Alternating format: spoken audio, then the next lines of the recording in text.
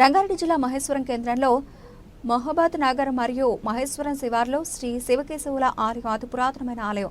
సుమారుగా 500 సంవత్సరాల చరిత్ర కలిగినటువంటి ఆలయ భూమిని నకిలీ పత్రాలతో కబ్జా చేసి కొన్ని సంవత్సరాల క్రితం అక్కడ రోజు పూజలు చేస్తున్నటువంటి పూజారిని కూడా కొన్ని నెలల క్రితం హత్య చేశారు. ఆ రోజు ఆ గుడికి దారి లేకుండా చేసి అసలు అక్కడ గుడే లేదు అని భూ కబ్జాదారులు వితండవాదానికి దిగుతున్నారు.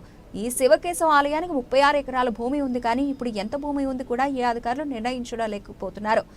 ఆలయ భూములు కాపాడే బాధ్యత దేవాదాయ శాఖపై ఉందన్నారు. పురాతన ఆలయాలను వాటి భూములను కాపాడాలని గ్రామస్తులు ఆవేదన వ్యక్తం చేశారు. బజరంగ దళ విశ్వ హిందూ పరిషత్ ఆధ్వర్యంలో ఆలయ ప్రాంగణంలో చేరుకొని అక్కడ జరుగుతున్నటువంటి కార్యకలాపాలను ఆపివేసి ఆలయానికి పరిమితమైన భూమి కేటాయించి దానికి చుట్టూ రక్షణ కల్పించేంత వరకు ఎలాంటి కార్యకలాపాలు జరగొద్దని హెచ్చరించారు. ఈ కార్యక్రమంలో విశ్వ హిందూ పరిషత్, బజరంగ దళ, RSS, వివిధ పార్టీల నాయకులు, కార్యకర్తలు పాల్గొన్నారు. యాదగిరి రెడ్డి మాట్లాడుతూ ప్రతి ఒక్కరూ ఎక్కడ ఏ ఆలయానికి ఇబ్బందులు జరిగినా ప్రతి ఒక్కరూ స్పందించి ఆలయాలను రక్షించుకుందామన్నారు. లేదంటే రేపటి తరాలకు పురాతనమైన ఆలయాలు కనుమరుగవుతాయని హిందువులందరూ ఏకమవ్వాలని పిలుపునిచ్చారు. అలాగే ఇక్కడ మన కోనేరు ముందు చూసుకున్నట్టయితే అక్కడ రామాలయం ఉంది.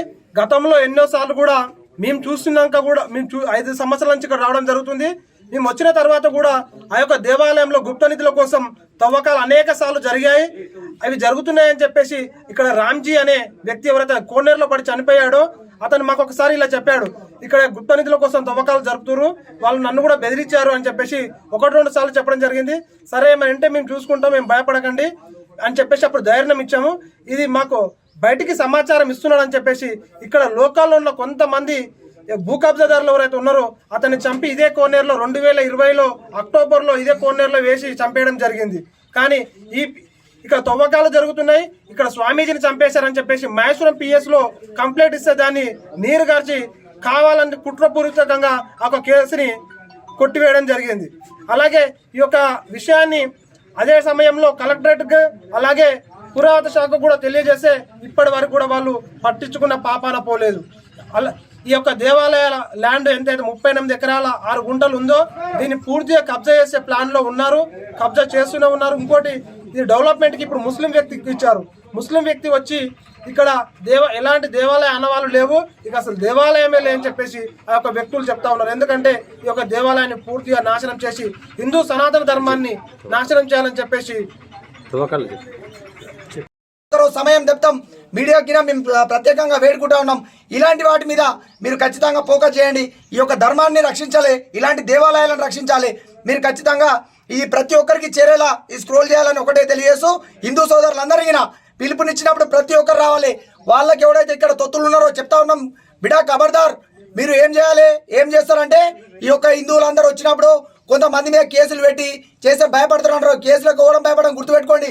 ఈ యొక్క దేవాలయం యొక్క పరిసరాల ప్రాంతాలంగిన ఈ యొక్క దేవాలయం నుంచి ఎంత అడిగిరో అంత ఇవ్వకపోతే ఒక్కడిని నేను అడుగు పెట్టని మనం ఇక్కడ నుంచి హెచ్చరిస్తా ఉన్నాం. మేము అన్ని సమాచారాలు ఉన్నాయి. ఇంతకు ముందుకు ఈడ కోనేరు, ఈ కోనేరు చూస్తే అర్థమవుతుంది దేవాలయం యొక్క వయస్సు ఎంత ఉంటుందో ఈ కోనేరు చూస్తే అర్థమవుతుంది.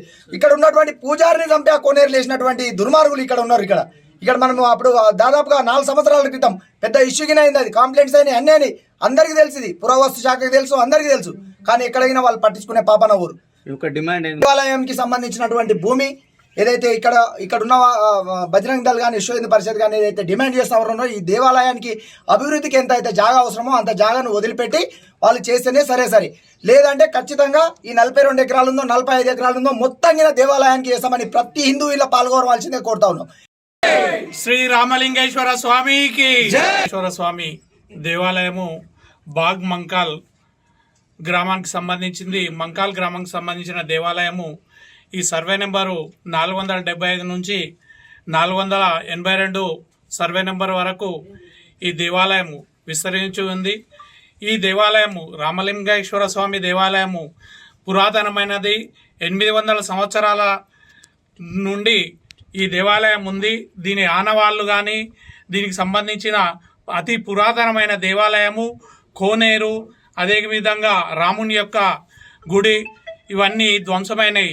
ఈ మధ్యనే ఒక 5 సంవత్సరాల నుంచి ఈ రామలింగేశ్వర స్వామి దేవాలయాన్ని పునరుద్ధరించాలని ఈ అందరూ విశ్వ హిందూ పరిషత్ మరియు గ్రామ ప్రజలు మండలంలోని ప్రతి గ్రామంకెళ్ళి ఈ 5 సంవత్సరాల నుంచి ఈ దేవాలయానికి రావడం జరుగుతుంది. అందులో భాగంగానే ఈ దేవాలయాన్ని అందరూ కబ్జాకోరులు ఏం చేసిరంటే 500 మన స్వతంత్రం వచ్చిన తర్వాత 1900 మన తెలంగాణ ఏర్పడ్డ తర్వాత దీని యొక్క రికార్డులను తారుమారు చేసిర్రు. అందులో భాగంగానే ఈ దేవాలయాన్ని కబ్జా చేయడానికి చూస్తున్నారు. కాబట్టి ఈ దేవాలయాన్ని రక్షించుకునేది ప్రతి హిందూ మీద ఆధారపడి ఉంది. కాబట్టి ప్రతి ఒక్కరూ దేవాలయ రక్షణ కోసం పూనుకొని ప్రతి ఒక్కరూ ప్రతి దేవాలయాన్ని కానీ ప్రతి పాడుబడ్డ దేవాలయాన్ని కానీ పునరుద్ధరించి ఈ రామలింగేశ్వర స్వామి మహిమ ఉన్నదే. కాబట్టి ఇన్ని వందల సంవత్సరాల తర్వాత ఇది వెలుగులోనికి వచ్చింది. ప్రతి భక్తుడు ఈ రామలింగేశ్వర స్వామిని మహేశ్వరం దాదాపు ఒక 4 కిలోమీటర్ దూరం ఉన్నటువంటి ఈ యొక్క శివకేశవుల ఆలయం, ఎందుకంటే పక్కకు రాముని గుడి, ఇక్కడ ఉన్నటువంటి శివాలయం రెండు గిటంగా కాబట్టి శివకేశవుల ఆలయం అని చెప్పిటంగా ఈ యొక్క గుడిని, పురాతన గుడిని నామకరణంతో పిలుస్తుంటారు. అయితే మహేశ్వరం చరిత్ర కానుకొని చూసుకుంటే అనేక పురాతనమైనటువంటి శివాలయాలను మనం దర్శనం ఇస్తాయి, గుర్తుపెట్టుకోండి. మహేశ్వరం చరిత్ర తీసుకుంటేటంగా శివగంగ ఇటంగా వేరేల పేరు మీద గుర్తుపెట్టుకోండి. రికార్డులో చూస్తే మాత్రం మహేశ్వరం శివాలయం గిటంగా శివగంగ ఇటంగా గుడి పేరు మీద లేదు, ఆ యొక్క గుడి వేరేల పేరు ఉన్నది. మేము ప్రత్యక్షంగా చూడడం జరిగింది. ఒక బాండ్ పేపర్, ₹1 బాండ్ పేపర్ మీద దాదాపు మహేశ్వరం శివాలయానికి సంబంధించినగా 1200 ఎకరాల పొలము సాక్షాత్ ఆ స్వామి పేరు ఆలయం పేరు మీద ఉండే. ఆ రికార్డులన్నీ తారుమారు చేసి ఈరోజు రథాకాల కాలంలో మొత్తం ఆ శివాలయాన్ని మొత్తం ధ్వంసం చేయడం జరిగింది.